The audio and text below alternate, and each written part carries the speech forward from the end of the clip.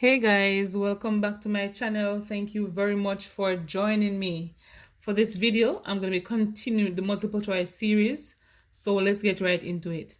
So the question says, an insurance salesman receives a commission of 20% of sales exceeding a value of $25,000. If he received $12,100 commission, what amount did he actually sell? So guys, before we even go into working, we need to understand what they're asking us for.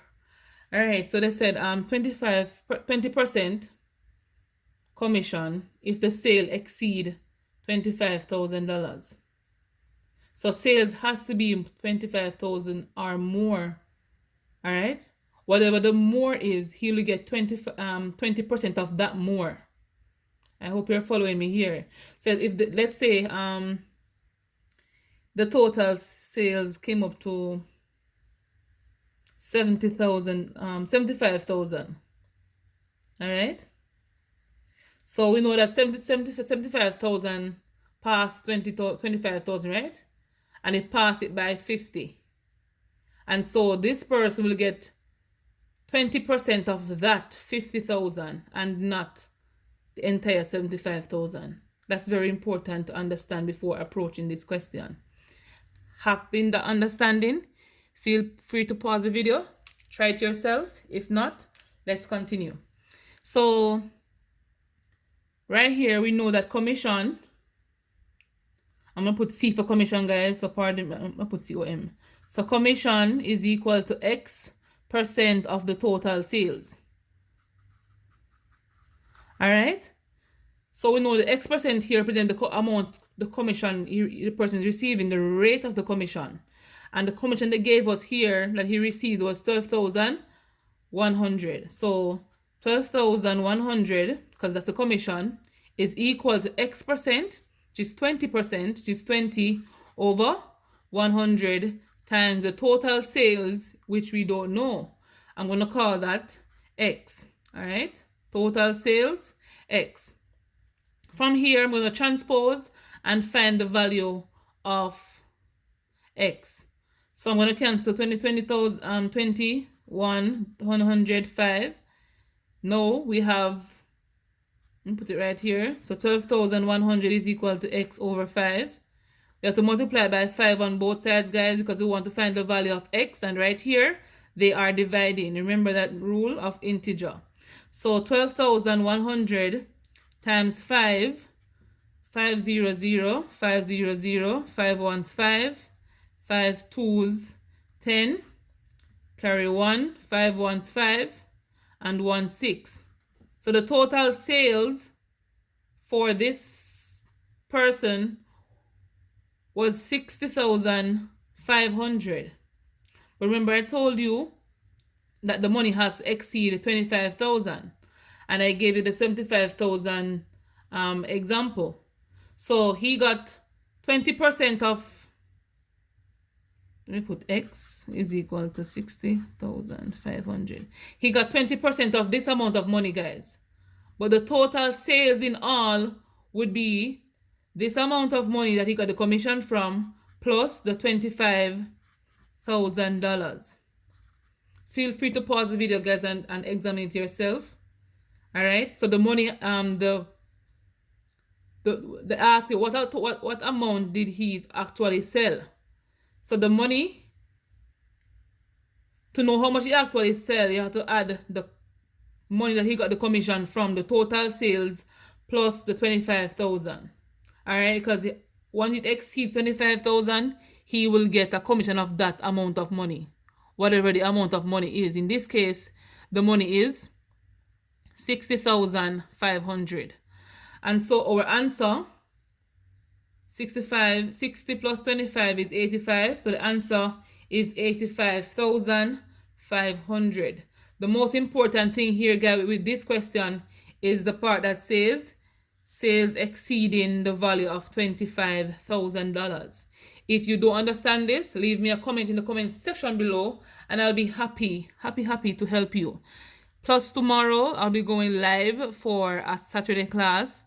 So feel free to come by And if I'm getting feedback that you don't understand this question, I'll be doing something like this again tomorrow for you to have a better understanding of it. All right, next question says a line of gradient 1/5. And we know that gradient is denoted by m. All right, 1/5 passes through the point 0, 3. All right, since this is a point and a point has x value and y value, the equation of the line is general form. Y equal mx plus b, mx plus c. It's up to you what you want to use for m and b because they are real numbers. So we know m is 1/5, so it's 1/5 x. All right. So right here we see it's 0, 3. If you look at this carefully, you see that it is the y-intercept right here. That means x equals 0 and y is equal to 3. And the y-intercept will be 0c and our 0b, and so b is equal to 3. All right, so y is equal to 1/5 x plus 3, which is at c. If they did not give you the y-intercept here, guys, you will have to go ahead having this general form. I'm going to put it over this side. You're going to put the value of x and y into the general form and m, and then you find the value of b by saying 3, because 3 is y, is equal to 1/5 times 0 plus b. Anything times 0 is 0, so that cancels. See, that's gone. So b is equal to 3. Then after having the value of b, you're going to go ahead and put back into the general form. Y is equal to 1/5 x plus 3. All right, guys, I hope this was useful to you. Remember to leave me a comment if you don't understand. The next question comes to us from statistics. So it says the pie chart shows the favorite field of further study of 1,080 students at a particular school. And the pie chart is here, guys. So we found out in pie chart that this angle here is missing. So I guess we're going to have to do something about the angle. So it says how many preferred medicine. I was right. And medicine is right here, and we don't know the angle for this. So to find the angle for medicine, you are going to go ahead and add up all of these and subtract it from 360 degrees. So when you add 60 plus 85 plus 75 plus 50, you will get, let me write it down for you for persons who are not seeing what I'm saying. So I'm going to add in all of this. And remember, these are degrees, guys. So it's going to be 360 subtract 270, which will give us 90. Okay, but the question says how many, meaning how many students. All right, they didn't say what angle or what degree. How many students. And so to find how many students, we know to find a particular sector angle, it's going to be the observed portion over the total, which is 360. So I'm putting it on this paper, guys. I'm not sure the paper here is going to hold. So it's going to be 90, which is the angle, over 360 times the total or the quantity. But in this case, it's 1,080. All right. Whoa. 1,080.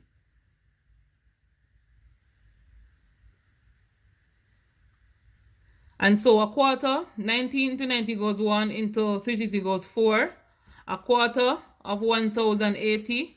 If you do the math, that should give you 270 students. And so 270 students preferred medicine. But if they wanted the angle, the missing angle here would be 90 degrees. All right? So that's 270. Let's go to the next question. It says, how many preferred law? How many students preferred law? So right here we see that we have no law going on. And so law here will be 0 because there is no law. See, accounting, engineering, science, teaching, and medicine, nothing about law. So that would be 0.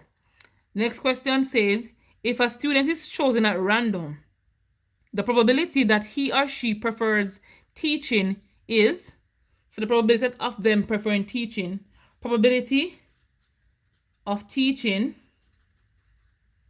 Whoa, I can't write, guys. Never mind. Teaching is equal to the favorable outcome over the sample.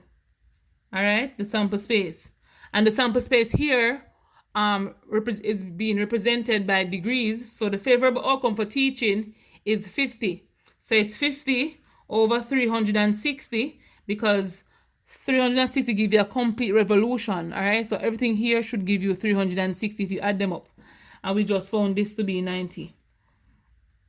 So 50 over 360, zeros can cancel. So 5 over 6 is our answer. All right. You know this is a percentage, you have to multiply that by 100, but there's no percentage here. So we are going to move on. So the next question comes to us from Circa Theorem. It says in the diagram, if O is the center of the circle, then X is equal to what? Is X equal Y? Is X equal to Y? Is X equal to 180 minus Y or half of Y? We know the different rules of Circa Theorem or the different theorems. And one such theorem that speaks to this figure here is the one that says the angle at the center is twice the angle at the circumference. Angle at the center is twice the angle at the circumference.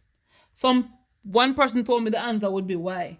But here, they're thinking about angle formed by the same chord or the same segment are equal. In this case, that's not true. So,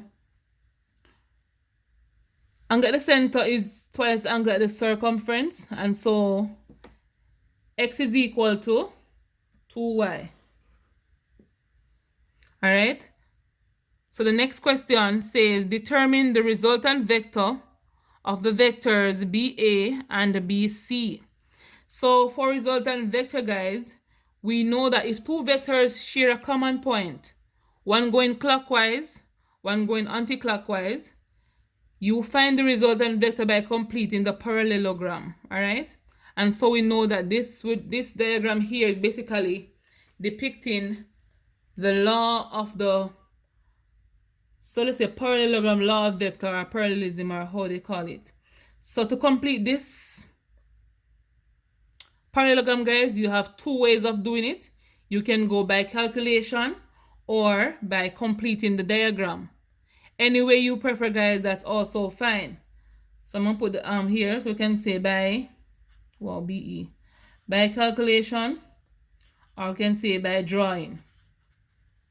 So I'm going to show you the calculation first, then we go drawing after. So by calculation, we know the resultant vector will be BD. So they gave us here. So BD is equal to, so we can go BC,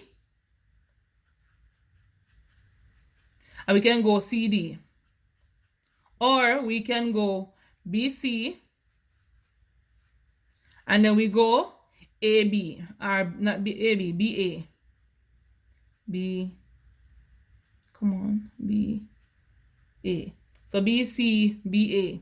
So BC here, guys, is BC is what am I saying? So it's 1, 2, 3, 4, 5. So we know that it's gonna be 5, 0, 5 on the X, 0 on the Y. For AB, or not AB, BA, it's gonna be 1, 2, 1. Oh, this looks so funny. It's like something missing here. 1, 2, 1, 2. I think this should go over some more here, guys. My bad. So this should come over here. So it should be here. So it's 1, 2, 1, 2. So it's 5, 0 and 2, 2. I didn't write it. I should have written, but I didn't write it, guys. So I didn't write it. So it's gonna be 5, 0 and 2, 2. So BC is 5, 0. Sorry about this, guys. And BA is 2, 2. All right. So when you add these two vectors, you should get the answer for BD, which will be 5 plus 2, 7. 0 plus 2 is 2.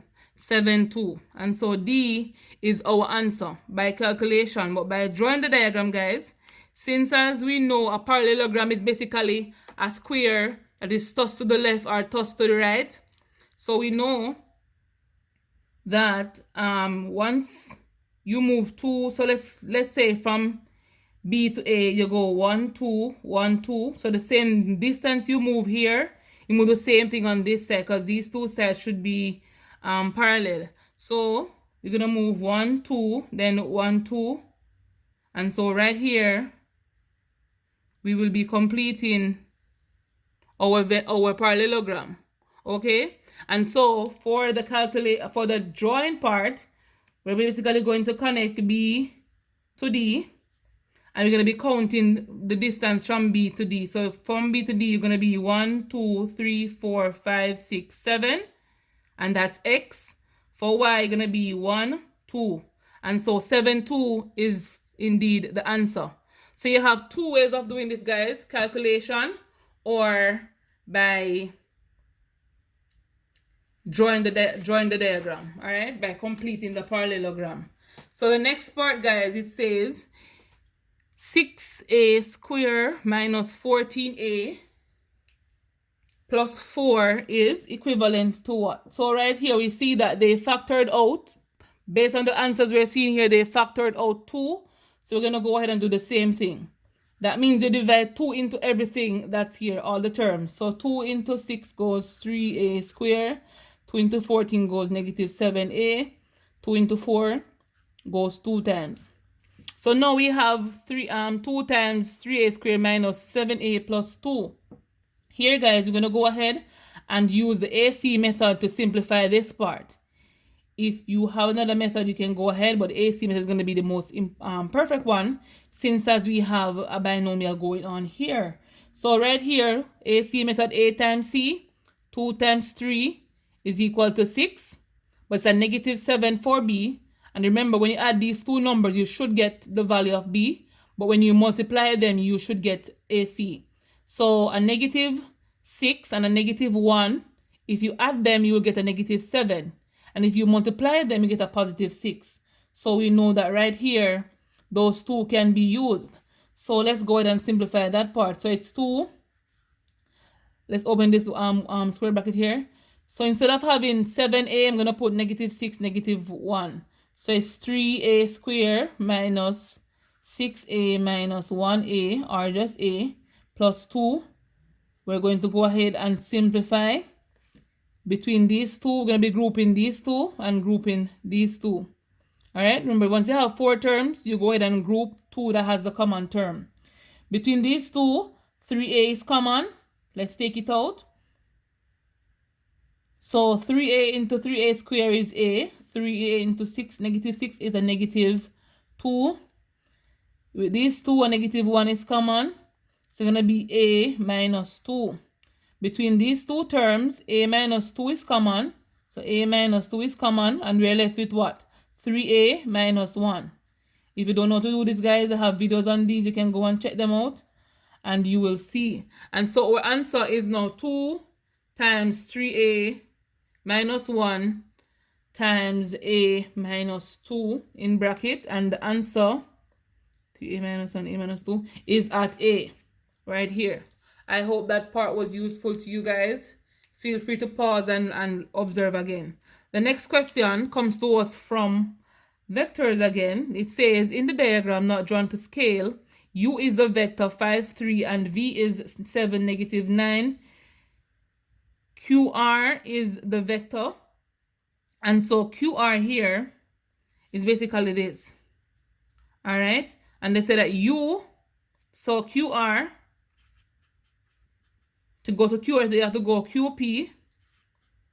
Because remember, whatever letter they gave you first is going to be where you're starting from. So QP plus PR. Okay? QP plus PR. I think this will be the triangular law. I'm not sure how some persons call it, but so we normally tell the students. So QP, you see the vector is going up this direction, guys. So you have to change the direction, which you have to make them negative. So you have to say U. So it's a negative 5, negative 3. Okay. Plus V, which is 7, negative 9. 7, negative 9. So let's add these two. Negative 5 plus 7 is 2. Negative 3 plus negative 9 is a negative 12. So 2, -12 is our solution, and that is at D. Okay, guys, thank you very much for tuning in. I hope this video was useful. I was supposed to do a question on sequence and series, but I couldn't find one. So in the next video or tomorrow's lesson for the class, I will be doing some of those questions. All right, guys, so thank you very much for watching. Like, share, comment, subscribe, tell a friend about me. Let them come and learn something. As you know, I have a lot to offer. All right, guys, I'll see you.